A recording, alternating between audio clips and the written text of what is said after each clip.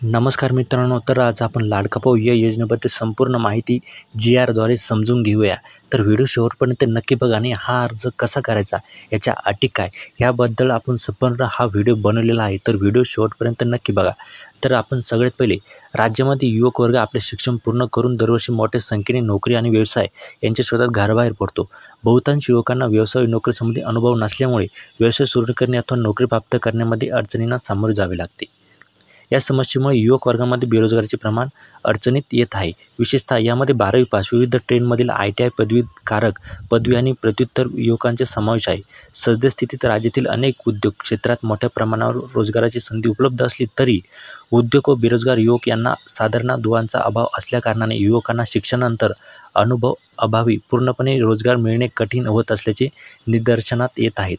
महाराष्ट्र शासनामार्फत रोजगार प्रोत्साहन कार्यक्रम ही योजना 3 डिसेंबर 1974 पासून राबवण्यात येत आहे. तर आपण सगळ्यात पहिले तर निर्णय बघूया शासनाचा काय आहे.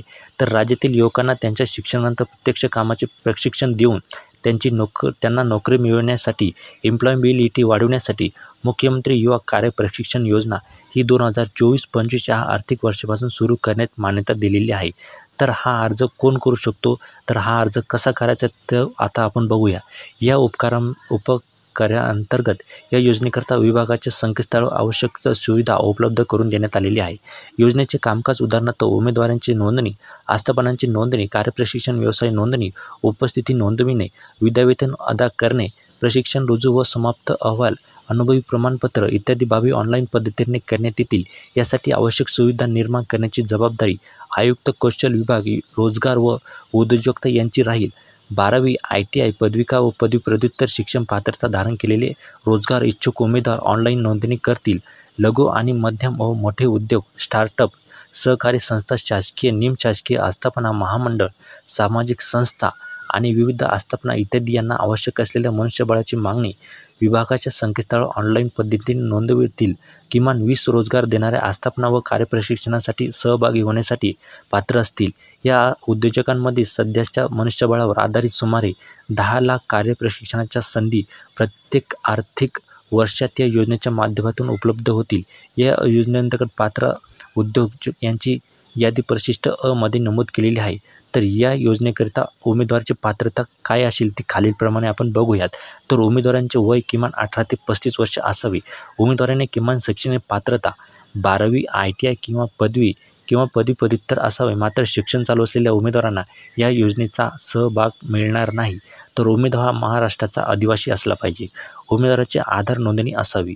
उमेदवाराचे बँक खाते आधार संलग्न असावे, म्हणजे आधार कार्डशी लिंक असावं आपलं बँक खातं. उमेदवाराचे कौशल्य रोजगार व उद्योजकता आयुक्तालयाच्या संकेतस्थळावर नोंदणी करून रोजगार नोंदणी क्रमांक प्राप्त केलेला असावा. तर या योजनेकरता आस्थापना उद्योजकासाठीची पात्रता खालीलप्रमाणे आहे.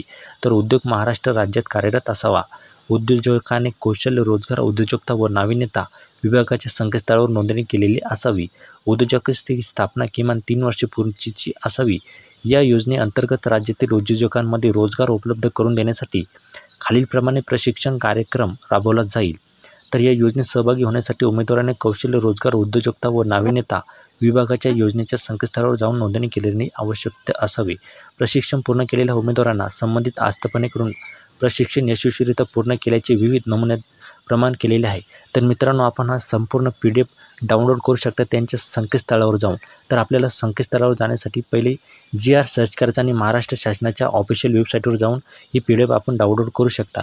तर 12वी पास विद्यार्थ्यांना 6,000, ITI पदवी डिप्लोमा विद्यार्थ्यांना 8,000 आणि पदव्युत्तर विद्यार्थ्यांना दर महिन्याला 10,000 रुपये मिळणार आहे. तर मित्रांनो, व्हिडिओ बघितल्याबद्दल धन्यवाद. जय महाराष्ट्र.